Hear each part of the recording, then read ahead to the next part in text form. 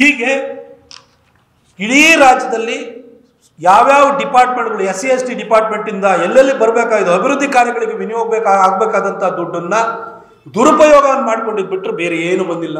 ಇನ್ನೊಂದು ಹೇಳಬೇಕು ಅಂತಂದರೆ ಕೇಂದ್ರ ಸರ್ಕಾರ ಅದು ಗ್ರಾಮ ಪಂಚಾಯತ್ ಇರ್ಬೋದು, ತಾಲೂಕ್ ಪಂಚಾಯತ್ ಇರ್ಬೋದು, ಜಿಲ್ಲಾ ಪಂಚಾಯತ್ ಇರ್ಬೋದು, ಪಟ್ಟಣ ಪಂಚಾಯತ್ ಇರ್ಬೋದು, ನಗರಸಭೆ ಇರ್ಬೋದು, ಮಹಾನಗರ ಪಾಲಿಕೆ ಇರ್ಬೋದು, ಬೆಂಗಳೂರಿನ BBMP ಇರ್ಬೋದು, ಪ್ರತಿಯೊಬ್ಬರಿಗೂ ಕೂಡ 15th ಫೈನಾನ್ಸ್ ಕಮಿಷನ್ ಇಂದ ಹಣ ಕೊಡುತ್ತೆ. ಇವತ್ತು ಕೊಡಗಿನಲ್ಲಿ ಅಥವಾ ಇಡೀ ರಾಜ್ಯಾದ್ಯಂತ ಪರಿಸ್ಥಿತಿ ಹೇಗಾಗಿದೆ ಅಂತಂದ್ರೆ ತಾಲೂಕ್ ಪಂಚಾಯತ್ ಮತ್ತು ಜಿಲ್ಲಾ ಪಂಚಾಯತಿಗೆ ಇವತ್ತು ದುಡ್ಡೇ ಬರ್ತಾ ಇಲ್ಲ. ಕೇಂದ್ರ ಸರ್ಕಾರ ಕೊಟ್ಟಿಲ್ಲ. ಯಾಕೆ ಕೊಟ್ಟಿಲ್ಲ ಹೇಳಿ? 15th ಫೈನಾನ್ಸ್ ಕಮಿಷನ್ ಅಲ್ಲಿ ದುಡ್ಡು ಕೊಡಬೇಕು ಅಂದ್ರೆ ಯುಟಿಲೈಸೇಷನ್ ಸರ್ಟಿಫಿಕೇಟ್ ಆಗಬೇಕು.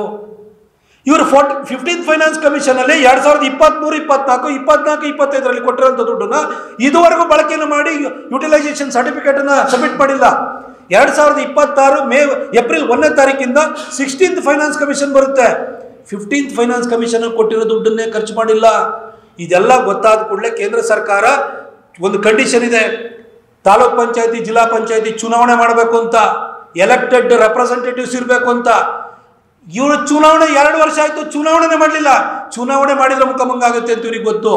ಯಾಕಂದ್ರೆ ಬೈ ಎಲೆಕ್ಷನ್ ಗೆಲ್ಲುವಂಥದ್ದು ಈಸಿ. ಎಲ್ಲರೂ ಮಂತ್ರಿಗಳನ್ನೆಲ್ಲ ಕಳಿಸ್ಬಿಟ್ಟು ನೋಟನ್ನು ಹಂಚಿಬಿಟ್ಟು ಗೆದ್ದು ಬಿಡ್ಬೋದು. ಇಡೀ ರಾಜ್ಯಾದ್ಯಂತ ಏಕಕಾಲಕ್ಕೆ ತಾಲೂಕ್ ಪಂಚಾಯತಿ ಜಿಲ್ಲಾ ಪಂಚಾಯತಿ ಚುನಾವಣೆ ಬಂದ್ರೆ ಇವರು ನಿರ್ನಾಮ ಆಗೋಗ್ತಾರೆ ಅಂತ ಇವ್ರಿಗೆ ಗೊತ್ತು. ಅದಕ್ಕೋಸ್ಕರ ಚುನಾವಣೆ ಮಾಡ್ತಿಲ್ಲ. ಯಾವುದೇ ಮಹಾನಗರ ಪಾಲಿಕೆಗಳಿಗೆ ಚುನಾವಣೆ ಮಾಡ್ತಿಲ್ಲ. ಬೆಂಗಳೂರಿನ BBMPಗೆ ಚುನಾವಣೆ ಮಾಡ್ತಿಲ್ಲ.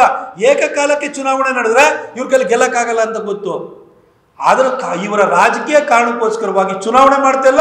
ಹಾಗಾಗಿ 15th ಫೈನಾನ್ಸ್ ಕಮಿಷನ್ ಇಂದ ಕೇಂದ್ರದಿಂದ ದುಡ್ಡು ಬರುವಂಥದ್ದು ನಿಂತೋಗಿದೆ. 15th ಫೈನಾನ್ಸ್ ಕಮಿಷನ್ ಆಲ್ರೆಡಿ 2023, 24ರಲ್ಲಿ ಕೊಟ್ಟಂತ ದುಡ್ಡನ್ನ ಯುಟಿಲೈಸೇಷನ್ ಕೂಡ ಇವ್ರ ಕೈಲಿ ಮಾಡ್ಲಿಕ್ಕಾಗಿಲ್ಲ. ಇಂಥ ಒಂದು ಪರಿಸ್ಥಿತಿ ರಾಜ್ಯದಲ್ಲಿದೆ. ಸಿದ್ದರಾಮಯ್ಯನವರೇ 16 ಬಜೆಟ್ ಮಂಡಿಸ್ಬಿಟ್ಟೆ. ವಿಶ್ವವಿಖ್ಯಾತ ಅರ್ಥಶಾಸ್ತ್ರಜ್ಞರು ನೀವು. ಸರ್ ಏನನ್ನು ಹೇಳ್ಕೊಳ್ತೀರಿ ಸರ್ 2 ವರ್ಷ?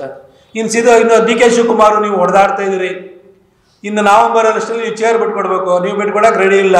ಅದಕ್ಕೋಸ್ಕರ ಅಲ್ಲಿಂದ ಜಾರಕಿಹೊಳಿ ಅವ್ರ ಹತ್ರ ಹೇಳಿಕೆ ಕೊಡಿಸ್ತೀರಿ, MB ಪಾಟೀಲ್ ಹತ್ರ ಹೇಳಿಕೆ ಕೊಡಿಸ್ತೀರಿ, ರಾಜಣ್ಣನ ಹತ್ರ ಹೇಳಿಕೆ ಕೊಡಿಸ್ತೀರಿ. ರಾಜಣ್ಣನ ಬಾಯಿನ DK ಶಿವಕುಮಾರ್ ಬೇರೆ ಒಂದು CD ಬಾಂಬ್ ಬಿಟ್ಬಿಟ್ಟು ಮುಚ್ಚಿಸಿದ್ದಾರೆ. ಇಬ್ರು ಮಧ್ಯದಲ್ಲಿ ಹೊಡೆದಾಟ ಆಗ್ತಿದೆ. ಅವರು CD ಫ್ಯಾಕ್ಟ್ರಿನೇ ಓಪನ್ ಮಾಡ್ಕೊಂಡ್ಬಿಟ್ಟು ನಿಮ್ಮ ಮಂತ್ರಿಗಳನ್ನ ನಿಮ್ಮ ಪರ ಇರೋರನ್ನ ಬಾಯಿ ಮುಚ್ಚಿಸ್ತಿದ್ದಾರೆ. ಇನ್ನು ಹೊಡೆದಾಟ ಮಾಡಿಕೊಂಡು ಮುಂದಿನ 2 ವರ್ಷ ಕಳಿತೀರಿ. ಅದನ್ನ ನೆಕ್ಸ್ಟ್ 1 ವರ್ಷಕ್ಕೆ ಚುನಾವಣೆ ಬರುತ್ತೆ. ನೀವು 2 ವರ್ಷಗಳಿಂದಲೂ ಮಾಡ್ತಾ ಇರೋದು ಚೇರ್ ಉಳಿಸ್ಕೊಳ್ಳೋ ಕೆಲಸ ಬಿಟ್ರೆ ಜನರಿಗೆ ಅನುಕೂಲವಾಗುವಂಥ ಒಂದೇ ಒಂದು ಯೋಜನೆಯನ್ನು ಮಾಡಿಲ್ಲ. ಇನ್ನು ಯಾವ ಮುಖ ಇಟ್ಕೊಂಡ್ಬಿಟ್ಟು ನೀವು ಅಲ್ಲಿ ಇದು ಸಾಧನ ಸಮಾವೇಶಕ್ಕೆ ಹೋಗ್ತೀರಿ ಸಿದ್ದರಾಮಯ್ಯನವರೇ? ಏನು ಅಂತ ಕೊಚ್ಕೋತೀರಿ? ಬಡಾಯಿನ ಕೊಚ್ಕೊಳ್ತೀರಿ. ಬರೀ ತಿಳಿಗೇಡಿಗಳ ಥರ ನಿಮ್ಮ ಸಂತೋಷ್ ಲಾಡ್ ಇರ್ಬೋದು, ಆ ಕೊತ್ತೂರು ಮಂಜು ಇರ್ಬೋದು, ಆ ಪ್ರಿಯಾಂಕಾ ಖರ್ಗೆ ಪೈಲ್ಸ್ ಖರ್ಗೆ ಅಂತೂ ಹೇಳೋಕ್ಕೆ ಸಾಧ್ಯ ಇಲ್ಲ. ದೀನ ಕೆರ್ಕೊಳ್ತಾರೆ. ಆ ಮೂಲವೇದಿ ಆಗಿರೋ ಜಾಗನ ವಾಸನೆ ಬರುತ್ತೆ ಅವ್ರು ಮಾತಾಡಿದರೆ. ಇದು ಬಿಟ್ಟರೆ ಏನಿದೆ ಸರ್? ಏನು ಸಾಧನೆ ಮಾಡಿದ್ದೀರಿ ಸರ್ ನೀವು? ಏನನ್ನು ಹೇಳ್ಕೊಳಕ್ಕೆ ಸಾಧನಾ ಸಮಾವೇಶ ಮಾಡ್ತಿದ್ದೀರಿ? ಹಾಗೆ ನಮ್ಮ ಕೊಡಗಿನ 2 MLAಗಳಿಗೆ ಹೇಳ್ತೀನಿ, ನಾವು 10,000 ಕೊಟ್ಟಿತ್ತಂದ್ರೆ ಅಲ್ಲಿ ಯಾರನ್ನೊಬ್ರು ನಿಮ್ಗೆ ವಕ್ತಾರರು ಅಂತ ಈ ಬ್ಲಾಕಲ್ಲಿ ಇರುವಂಥವ್ರನ್ನೆಲ್ಲ ಬ್ಲಾಕ್ ಕಾಂಗ್ರೆಸ್ನಲ್ಲಿ ಇರುವಂಥ ವಕ್ತಾರಗಳನ್ನೆಲ್ಲ ಕಳಿಸ್ಬಿಟ್ಟು ಅವ್ರ ಬಗ್ಗೆ ಬಯಸುವಂಥದ್ದು ಇವೆಲ್ಲ ಬಿಟ್ಬಿಟ್ಟು ನಮ್ಮ ಶಾಸಕರ ಜೊತೆ ನಾನು ಬೇಕಾದ್ರೆ ಬರ್ತೀನಿ, ಒಂದು ಓಪನ್ ಡಿಸ್ಕಷನ್ ಮಾಡೋಣ, ಬರ್ರಿ ನೀವೇನು ತಂದಿದ್ದೀರಿ ಅಂತ ಹೇಳ್ಬಿಟ್ಟು ಒಂದು ಕುಲ್ಲಂಕುಲ್ಲ ಜನರ ಎದುರುಗಡೆ ಚರ್ಚೆ ಆಗಿಬಿಡ್ಲಿ. ನೀವೇನು ತಂದಿದ್ದೀರಿ, ನಮ್ಮಿಬ್ಬರು ಶಾಸಕರು ಏನು ತಂದಿದ್ದಾರೆ, ಯಾವ ರೀತಿ ಏನೇನು ಸಾಧನೆಯನ್ನು ಮಾಡಿದ್ದಾರೆ ಅಂತ ಚರ್ಚೆ ಆಗಲಿ. 2 ವರ್ಷದಲ್ಲಿ ಏನೂ ಮಾಡಲಿಲ್ಲ. ಆದರೆ ಇಲ್ಲಿ ಬಂದುಬಿಟ್ಟು ಬರೀ ಅವ್ರಿವ್ರಿಗೆ ಬೈಯೋದು, ನೇರವಾಗಿ ಬಯೋಕ್ಕಾಗಲಿಲ್ಲ ಅಂತಂದರೆ ಇಲ್ಲೊಂಥರ ಈ ಬೀದಿ ನ್ಯಾಯಗಳನ್ನ ಬಿಟ್ಟುಬಿಟ್ಟು ಬೊಗಳಿಸ್ತಾರಲ್ಲ, ಆ ಥರ ಒಂದೊಂದು ಜನ ನಿಮ್ಮ ಬ್ಲಾಕ್ ಕಾಂಗ್ರೆಸ್ಸಿನ ವಕ್ತಾರಗಳನ್ನ ಇಟ್ಕೊಂಡ್ಬಿಟ್ಟು ಬಾಯಿಗೆ ಬಂದಂಗೆ ಬಯಸುವಂಥದ್ದು.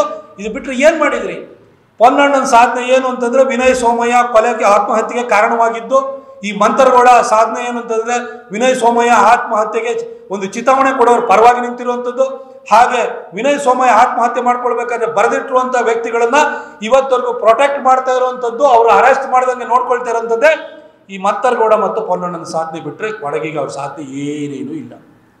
ಇವತ್ತು ಕೊಡಗಿಗೆ ನಮ್ಮ ಸರ್ಕಾರ ಇರುವಂಥ ಸಂದರ್ಭದಲ್ಲಿ ನಮ್ಮ ಅಪಚುರಂಜನವರು ಬೋಪಯ್ಯನವರು ಅವರ ಕಾರಣಕ್ಕೋಸ್ಕರ ಅವ್ರ ಒತ್ತಡದ ಮೇರೆಗೆ ಇವತ್ತು ನಿತಿನ್ ಗಡ್ಕರಿ ಅವರು ಬಂದಾಗ ಮೈಸೂರಿಂದ ಕುಶಾಲನಗರಕ್ಕೆ ಹೈವೇ ಹಾಕಬೇಕು ಅಂತ ಹೇಳಿ ಕೇಳಿಕೊಂಡು 4,126 ಕೋಟಿ ರೂಪಾಯಿ ಹೈವೇ ವರ್ಕ್ ಸ್ಟಾರ್ಟ್ ಆಗಿದೆ. ಬರೆದಿಟ್ಕೊಳ್ಳಿ, ಇನ್ನು 1.5 ವರ್ಷದಲ್ಲಿ ಆ ಹೈವೇನ ನಾವು ಮುಗಿಸಿ ಲೋಕಾರ್ಪಣೆ ಮಾಡುವಂಥ ಹಂತಕ್ಕೆ ತರ್ತೀವಿ. ಅವರಿಬ್ಬರು ಎಲೆಕ್ಟೆಡ್ ಇಲ್ಲ, ನಾನು ಎಲೆಕ್ಟೆಡ್ ಇಲ್ಲ, ನಮ್ಮ ಸಂಸದರಿದ್ದಾರೆ ಅಷ್ಟೇ. ಆದರೆ ನಾವು ಪ್ರಾಮಿಸ್ ಏನು ಮಾಡಿದ್ವು ಆ ಕೆಲಸವನ್ನು ನಾವು ಮಾಡಿಕೊಡ್ತೀವಿ. ನಿಮ್ಮ ಸಾಧನೆ ಏನಿದೆ ಹೇಳಿ ಸರ್? ರೋಡ್ ಕನ್ಸ್ಟ್ರಕ್ಷನ್ಗೆ ಯಾವ್ದಾದ್ರು ದುಡ್ಡು ತಂದಿದ್ರೆ ಹೇಳಿ.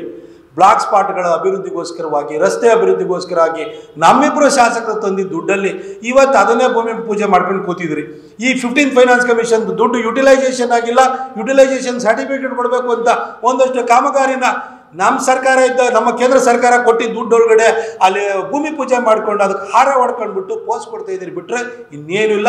ನಿಮಗೆ ಸಾಧನೆ ಅಂತ ಹೇಳ್ಕೊಳ್ಳೋದಕ್ಕೆ ಯಾವ ಒಂದು ನೀವು ಅಭಿವೃದ್ಧಿ ಯೋಜನೆಯನ್ನು ಕೊಡಗಿಗೂ ತಂದಿಲ್ಲ, ರಾಜ್ಯದಲ್ಲೂ ನಡೀತಾ ಇಲ್ಲ ಅಂತ ಹೇಳಲಿಕ್ಕೆ ನಾನು ಬಯಸ್ತೀನಿ. Thank you.